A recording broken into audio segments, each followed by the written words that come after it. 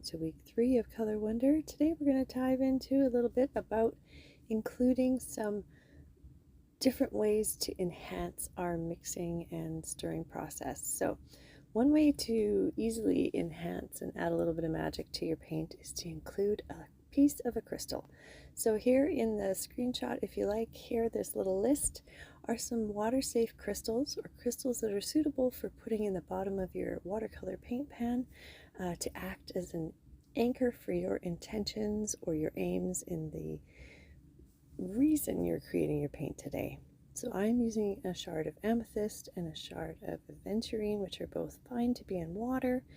They won't dissolve and add toxicity to the watercolor paint, which is the reason you should definitely check what you're going to use. So when in doubt, use a clear quartz. And definitely just spend some time with it in your hands, thinking about the good thoughts that you have, the ideas, the aims, if you're looking to empower your paint, empowering thoughts, right?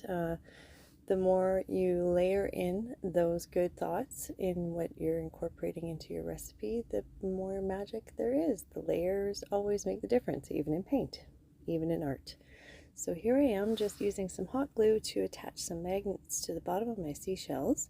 In week 2, I demonstrated how to create your own watercolor paint, but I'm just going to briefly revisit it here today, especially in light of it being a full moon coming up, and as it's January 2025, we have a planetary alignment coming up at the end of the month. So if you were looking for a reason to dive a little deeper, a little more into the woo-woo elements of creating anything, there's some fun stuff this month to participate in celestially, so take advantage.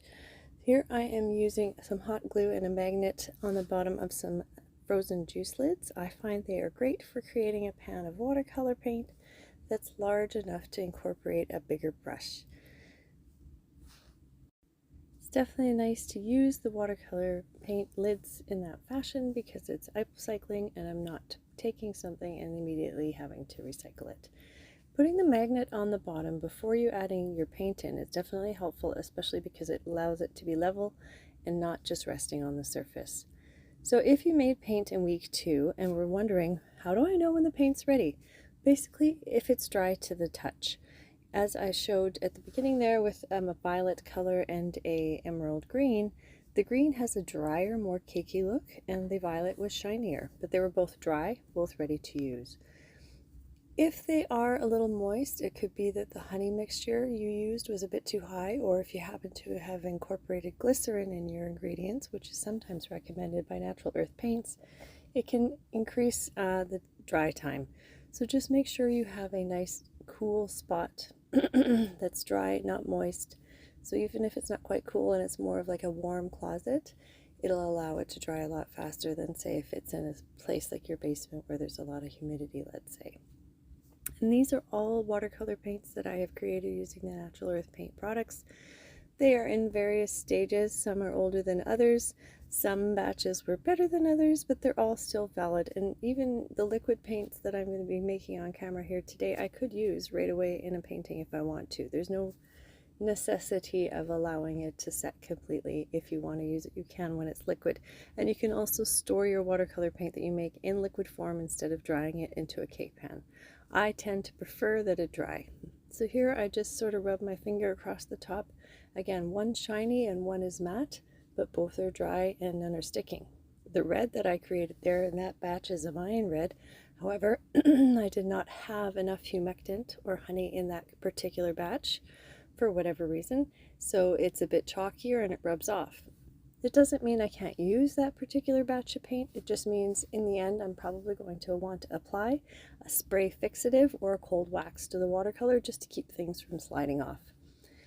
So here I have some gold mica, which I'm always excited to use to create in my watercolor paints. It's equal parts binder to pigment powder.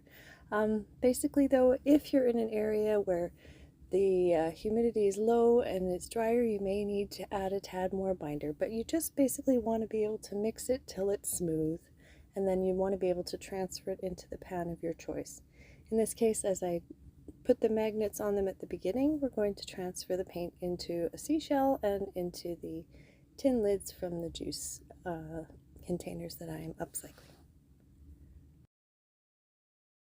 So with the full moon coming up, obviously it is a wonderful time to reflect on the qualities of gold paint and the full moon that might inspire me or empower me, so that when I go to use this paint in anything that I do in the next year, when I reflect upon it, I'll be able to reflect that I created it under a full moon and had certain intentions or aims or desires that I was hoping to achieve by creating that paint under that auspicious environment. Gold paint has long signified wealth, success, prosperity, resources, balance, health, wellness. It is the color of harmonious combinations. So it's definitely fun to mix under a full moon. Now I am transferring the watercolor paint into a Ziploc bag and then pushing the air out as I squeeze it into the corner. Then, like you would for a cupcake decorating tube, I'm just going to snip the tip and allow the paint to fill up the vessel of choice. And then I find I waste less trying to get it in, and I'm not having to scrape my palette along the edge of the seashell or the juice lid, as I will demonstrate later, that sometimes it requires. So, and then you're just going to want to tap out any air bubbles by gently tapping it on your surface. Having the magnet on the bottom allows it to stay stable so that the seashell isn't trying to hold itself upright. So there is still a little bit of gold paint left on the inside of the Ziploc bag, so grab yourself a sheet of hot pressed watercolor paper and then just open up the Ziploc bag and wipe your palette off on the paper. You can then reactivate this paint by using your water and your brush, or you could just incorporate this as a base layer for an upcoming watercolor paint piece, or perhaps even acrylic mixed media.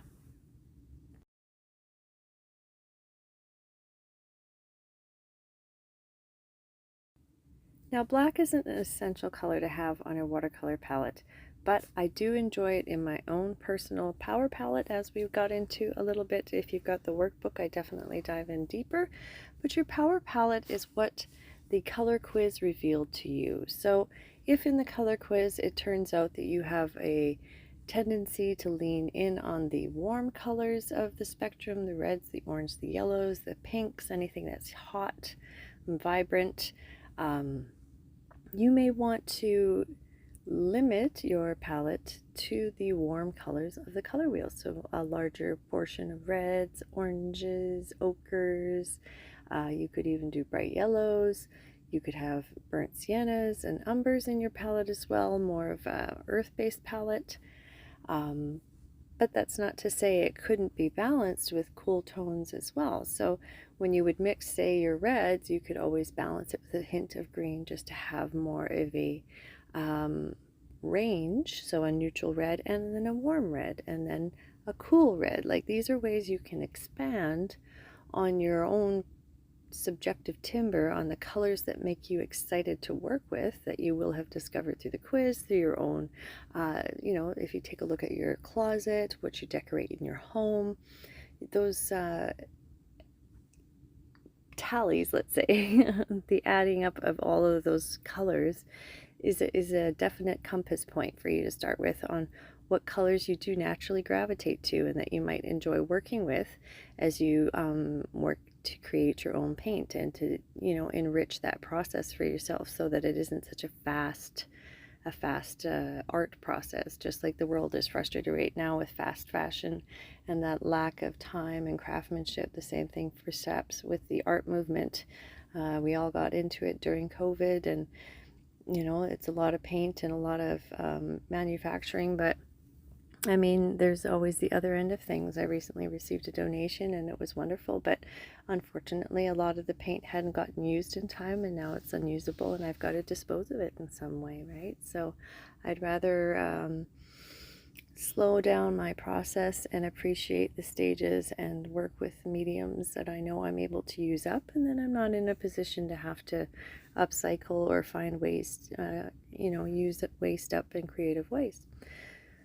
But with your power palette, black and white can definitely enhance it. Shades and tints can definitely be achieved through water use in watercolor. You can add more water to dilute a shade and get a lighter version of a color. Washes are definitely recommended in watercolor. It's not like a gouache or an acrylic where you're going to get the most intense version of your tone in the first brushstroke. You're definitely going to want to layer. So even as I demonstrate the color wheel at the end of this lesson, that's just a light wash, and I would go in with consecutive washes to enrich those colors or to see just how deep I could get with that particular color that I've created. I confess to having used the 7 colors. I love having purple. The red and blue earth pigments don't necessarily make a vibrant purple that I'm attracted to, so I wanted to include that unique pigment that Natural Earth Paints carries for the dioxazine purple, so I would have a bright color on my palette.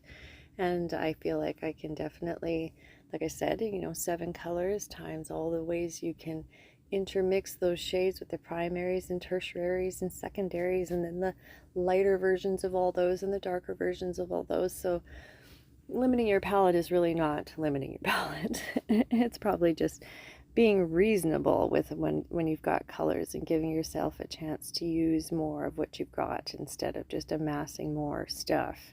You have more possibilities with what you have on hand. So here I filled up the black in both of them.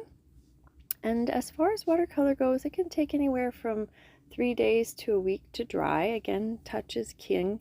In the summertime when I have to create watercolor in my basement, it does take a bit longer, and it is a bit more of a hands-on process getting my paint to dry, where I will pull it out of the basement when I get home from work and put it outside and allow the dry heat to really suck any moisture off that just wasn't drying in the basement because the air conditioning's on.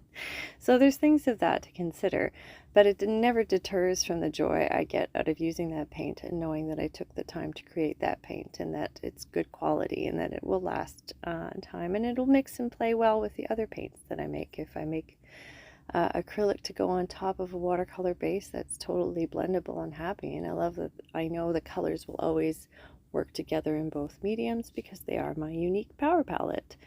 So I hope you guys enjoyed creating your own power palette based on your quiz, and if you just made all the colors, because that is the joy as well, then that's the fun too. You can just maybe figure out which of all of the colors you find yourself using more of and find ways to maybe maximize those particular shades instead of always using all the things. I mean, that's one of the things that might distinguish, more of an illustrative design style versus the painterly style, is that color knowledge, being able to use a limited palette in more ways instead of all the colors in all the ways. So it was a lot of fun to get some white as well. I do find I like to add high contrast, so I need some ability to take my Venetian red, which is a much more ochre, much more warm, earthy color base, and lighten that up. I definitely found that I'm on the warm spectrum of the color quiz, but I like the neutrals as well. So I love the Mayan red, but I also wanted to mix in a bit of white so that I could add some umber and get myself a bit of a neutral tone to add to my colors. So swatching is a definite thing to do. This is a vertical swatch, but I will show you the circular way, and it helps to illustrate the inspiration for the Color Wonder course in general. And that was to build a bridge through that future. That quote from Bjork that's included at the beginning of all of this, still definitely a guiding principle for me, because when you look at the color wheel from a certain angle, just like as I mentioned in my book with the sacred geometry on my son's bedroom wall, the color wheel itself is a tunnel, is a pinpoint to a place in the future as yet unknown. And through the creation of your own paint and painting process, you can build a bridge to the future that you haven't yet discovered. And that is super exciting to me. And it is a faith-based act. I'm not saying it's going to literally unfold before you, friends, but when you think about the ways that you can spend your days and the nature of the world today and the amount of us that are existing with overstimulated headspaces, the importance of finding hobbies or practices or ways to disengage but that still help us to remain creatively connected has never been more important. So don't undercut the value of empowering each step of your process, from empowering the stirring by including a stirring song, by empowering your dates, picking an auspicious time, doing your paint mulling under a full moon or during a planetary alignment, taking the notes, enjoying the journaling. Those things help enhance the process. In this particular when I'm making my color wheel that is going to feature my power palette that I created for Color Wonder for myself, I'm using water that's distilled, and I've had sitting under a full moon and a new moon and all the moons since summer, and just charging and gathering that positive intention. So that's another element to add, and there's a lot available out there. Sure, it could be considered pseudoscience, but you know what? Whatever enriches your inner world as you create is what is meaningful, is what I feel like art history has given to this new generation of artists, is that suffering for your art isn't suffering over the process. The process of your art should be your joy, your, opportunity to shine, to be true and authentic to yourself. The end result is ultimately beyond your control in any case, so empower all of those steps. Be the magic, the angel that wields healing through her colors. Like, that is a joyful state of woo-woo to engage in and to play and to make believe as you create that you are imparting goodness into the world with every painting that comes from your brush. That is a wonderful state to enjoy, and I encourage you to embrace it, especially when you're feeling crusty and tired and disconnected and angry, to know that all the good things I learned in life, I learned in art. All the opportunities to get the yes-no vibes, to get excited about an idea and see it through, to feel success because it was my idea and I saw it through, is a huge source of empowerment. And if you can create that for yourself, you'll recognize it when you encounter other people, and that helps foster meaningful relationships, meaningful communication, even at long distances. So here I've just used some skinny low-tack tape and traced out a circle, and I am going to use my Natural Earth paint palette to create for myself that little tunnel, that bridge to the future. So I'm just pouring my empowered water into a couple of wells, and I'm going to probably start out with my most warmest color, which is in this case a Mayan red, which I love the whole symbolism behind the red color as vitality and energy and health and wellness and magic and just humanity. So, things to be on my mind as I work with this color of paint. And that is, again, bringing that entire layering process of intention and charging and water and crystals and color and putting it all together into that brush stroke. And that does have an impact. That energy travels down your arm and into your hand and out into that paint. So believe in that, enjoy it, delight in it, and thank your art for it. And the art is always listening, as Amanda Evanston loves to say, and I love to know that and to encourage people to remember that and to value art and to not necessarily relegate it to just sensationalism, but to remember that there is a deeper strata to it, and to look out in the world for more art of that nature, perhaps for yourself, as a new opportunity to engage in art in a different way.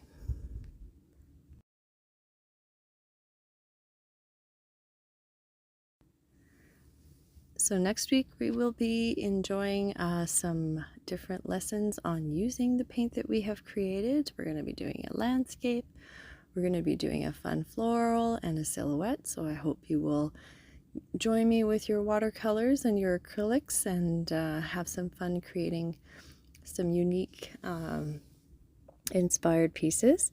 Then if you are around for February, we are celebrating at Running with Rainbows the birthday of Pamela Coleman Smith. It is the month of Aquarius, And Pamela Coleman Smith created the illustrations for the world famous Aquarian tarot deck that emerged at the beginning of the 19th century. It is well known and has influenced so many art styles and tarot decks that came along after.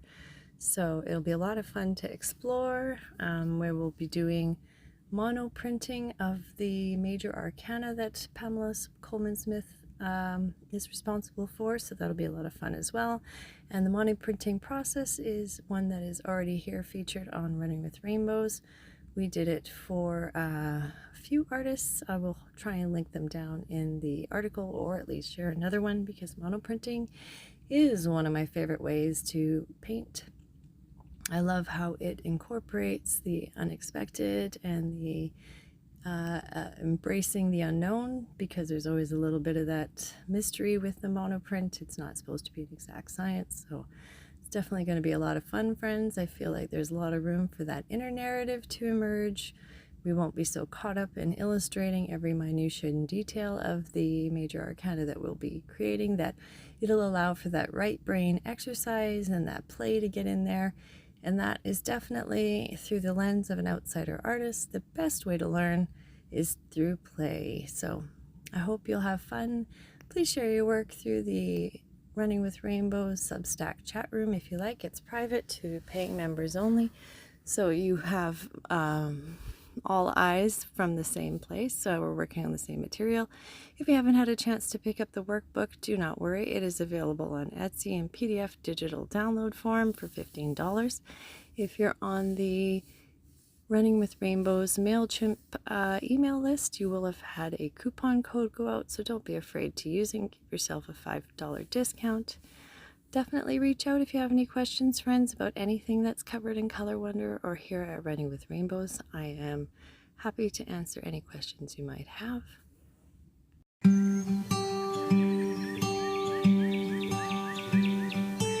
All of the branches are budding new leaves. My neighbor's grandchild is begging him, please come outside. Our garden's creatures have come to greet us. I hear a robin eagerly singing her song.